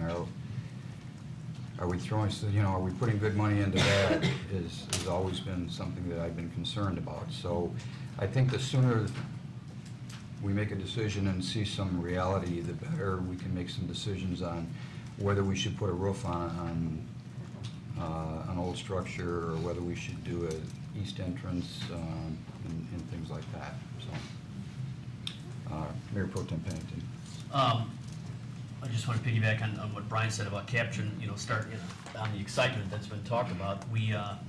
All we hear about in this time that I've been in city council is making a walkable city. And this is a project that is going to jumpstart that and boost it to the next level that, we want to get to. I agree, and we have a project going on the other side of the freeway that is going to be a very walkable, people are going to want to walk through that site and walk to that site, in my opinion. So I think it'd be great if you live, hopefully within a year, if you live at Waddles in Livernois area, you're going to be able to walk or bike to a nice complex down the road too. So, good stuff. Councilwoman Holderich, could you? I have one question. Actually, thinking about the city clerk with the presidential election and now that there won't be straight ticket voting, I know the city clerks across the state were worried about what that would look like and feel like with the turnout. Are you comfortable with the number of inspectors you budgeted for? We always increase the number of inspectors for the presidential election.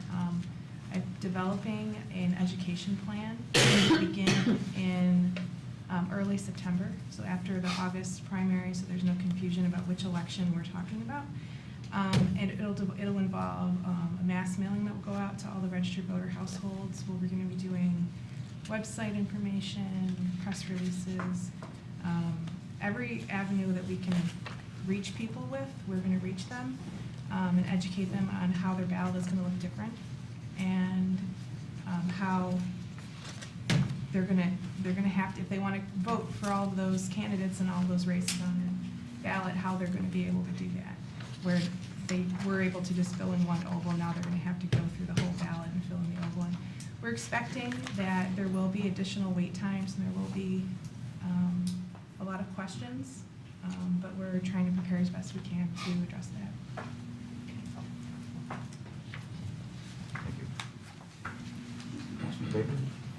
Just something I was thinking about, and then what the comment you just made,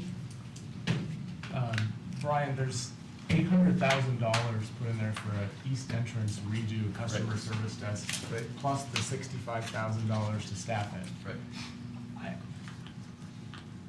It's a lot of money for something that really we're looking for a person to give direction as the starting point, correct? I mean, and I know you said there is a plan, or there has been in the past something that's done. I just, hearing what you said, if it's the possibility of we're putting a bunch of money into something that may end up changing after we look at a new plan, is it better to start with something I mean, start with the staffing and figure out a way to house a person there. I mean, a card table and a folding chair, you know, welcome to City Hall, where can I direct you? Pretty It's a lot cheaper professional. than almost Pretty professional. You know, A nice card table. but a lot, right? Tablecloth, and all seriousness. Henderson,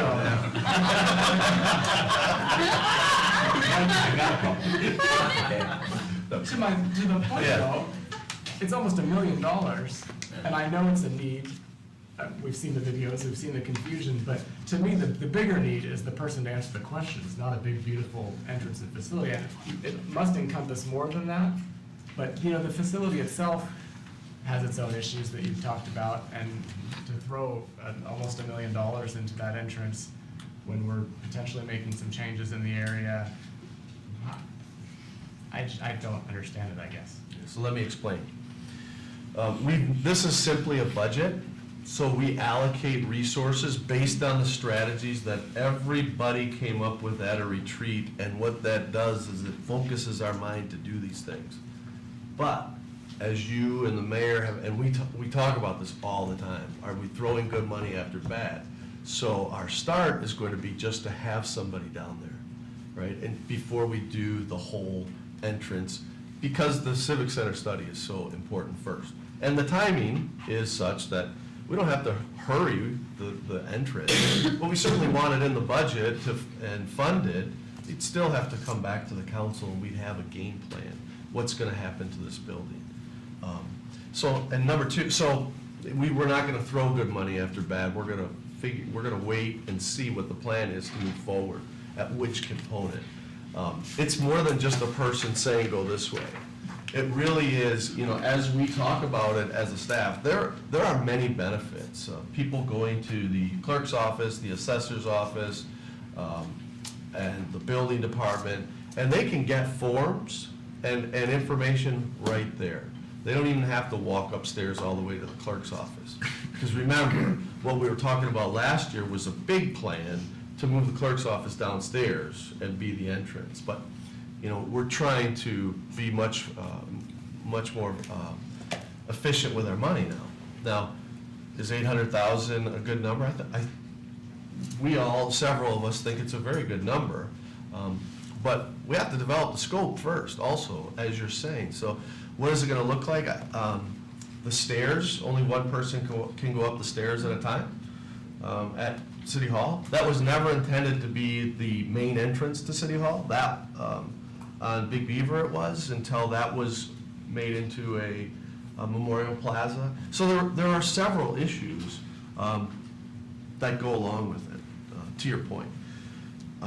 So you're absolutely right, and the mayor's absolutely right, and we're definitely cognizant of that. But this is a budget that we want to at least say and put the pieces together to allocate the resources so that the bottom line still works. Right? Makes sense? It is tough to get past Councilman Campbell after a council meeting going on. People were narrow back then. Nice narrow. Need an escalator. It does make sense. It seems when you allocate a budget, that's as good as spending in many ways from a perception. I mean, I know it's not, and there's a process. I just want to make sure that someone doesn't come back to us and say later, well, you already have allocated 800,000. You know, and I'm just always aware of that. We've never said that, and I would never say that in my 20-some years of being a city manager. I would never say that. I'm not saying that you would, but others may.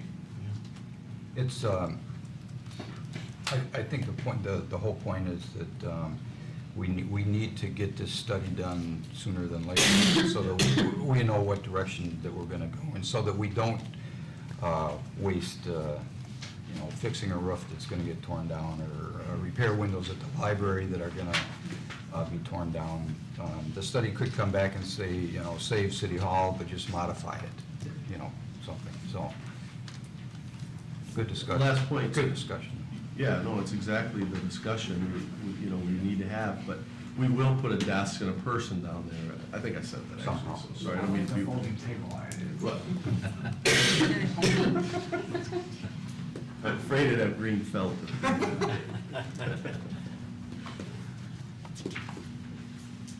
Councilwoman Abraham, did you have Actually, the questions that I had I- were already asked. I so know, I'm all set. when we get to the end, most of them are taken. If I could, Brian, just kind of piggybacking on the allocation, when you're looking at the strategies, there were some strategies that didn't have funding allocated for them. In particular, the potential transportation within the corridor. Was that done on purpose? Yeah. Because of the unknown at this point? Yeah. I mean, that's something we're really moving forward, but it's, you know, it's uncertain at this time. And to Councilmember Baker's point, you know, that just hasn't developed enough where I wanted, you know, where. Felt comfortable putting something. Putting money. The east entrance, clearly. But this one just hasn't risen to at least the level I thought to put money in there for it. Just two final points on slide B. One is on the lighting on Big Beaver, $70,000. Is Kiwanis still participating in that or no? No. Okay, so we're taking that solely on, okay. Correct. All right, and then lastly, on the website update, so we're gonna have a mobile app? That's cool. Is that part of the update? The guy's holding the phone, so I have to assume. It just could be, it's optimized for the Yeah. correct, that's a big difference.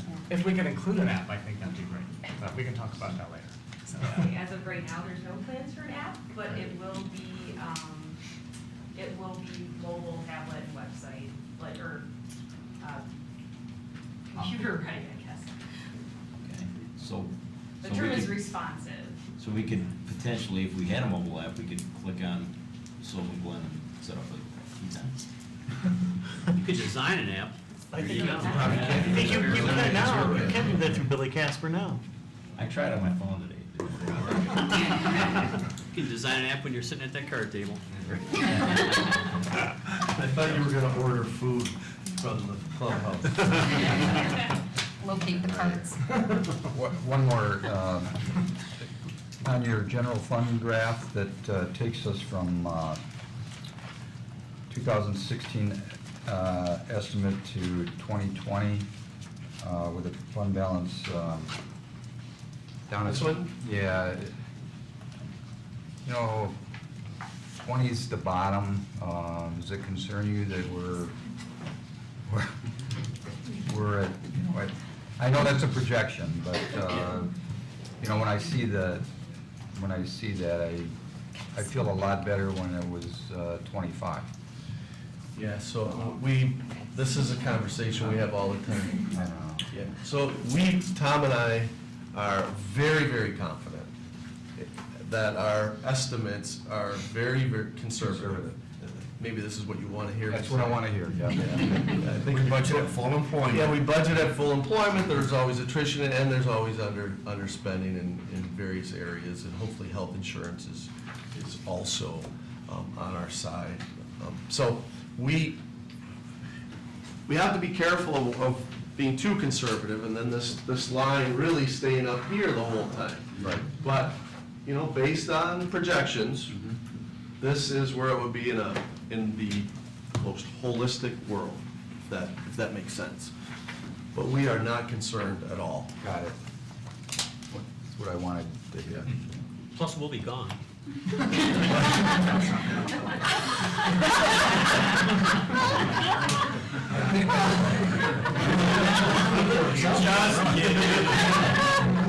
I think it's our job as stewards of the series to keep it in good hands when we leave. Can I just, one last, I have all these green stickies that I did today, so I just want to make sure that and maybe more for the public than me, but when you go to the personnel tab, starting at 48,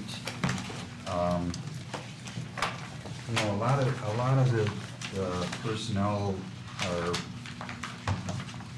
.2, .3, .5,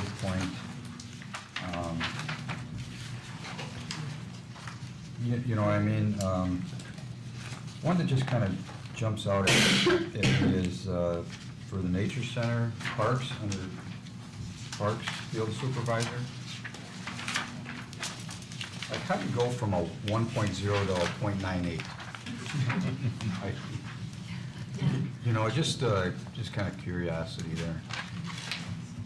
Is that just strictly for financial? No, it's an excellent, if I can? Yeah, go ahead. That's an excellent question. The way we budget personnel is really zero-based budget. We start right from the bottom and budget by personnel. Really what you're referring to is our part-time employees, and more importantly, part-time employees represented as full-time equivalents, okay? So when it comes to Kurt and in recreation and a few of our departments where somebody's working in several different departments, when they budget them, they'll budget their hours, across several different functions here. And that's when you're gonna get the 0.8, how's it go from a 0.8 to a 0.4? It's basically, right, generating those hours, turning them into full-time equivalents, right? Based on his allocation, because he may have allocated more hours for this person over here doing this function as opposed to what they did last year. So that's how you get that. It just looks funny. I mean, I think a field supervisor, that's a full-time position, I believe. So, I just don't know how you go from a 1 to a 0.98. He must be looking at somebody over here that's supervisor, right? Somebody over in streets and water, because keep in mind, right, some of our people work in water and sewer and streets. And they It's a true allocation of hours. Understood. That's my last green tab. Councilwoman Lori. I kind of want to give, this is a question or a comment I'm putting out at the city manager again. It's for those of us that have been following the budget with you for a couple of years, in the setting of the policy on the unassigned fund balance, I guess, correct me if I'm saying this wrong, but when we worked through that policy, we did it with seeking understanding of how we protect our AAA bond rating. And we follow the county's role model of the 3-year budget, 5-year outlook. What more could we be doing? What do we need to take into consideration? And with someone, and it's hard for them to crystal ball what a ratings agency is going to look for in a city. Because we are millage capped, it makes it complicated for us. And I guess I just want, any residents that are watching, you weren't on council at that point, but it was a very thoughtful study session that we had that set that policy that said, that put us at that 20 to 30% range. This isn't a capricious number. These were, in fact, we had a lot of conversation about, we wanted to err at the 30% level because our millage cap makes them give us just more of an eagle eye than they might otherwise do. So to mitigate the effect of that policy came into being, and also that those funds only be used for one-time capital expenditures. There's again, the reason that that's part of our policy is we were very strong then, and I know we are now, about that bond rating. It saved us already on several occasions. It's such a point of pride for us as a city, and it protects our taxpayers when we protect that. So I take it for granted that everybody, sat in that session and had that thinking, and I think it bears repeating. Did I articulate that? Yes, that's exactly right. Okay.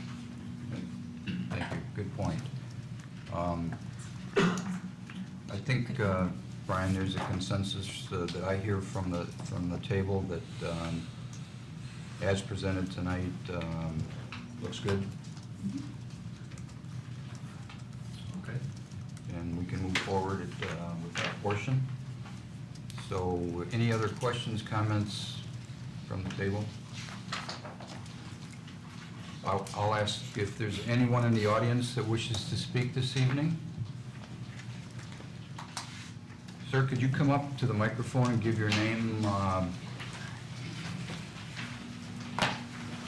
And if you could just limit it to 3 minutes at the most, please. Yeah, absolutely. Okay, thank you. Some of these may be sorry. And this is messed not up a at the question beginning. and answer forum, it's just if you want to make a comment. Yeah. Absolutely. So my name is Evan Agnello. I grew up here in Troy, went to Troy High School. I am now a homeowner in Troy. So I'd just like to make a couple of comments.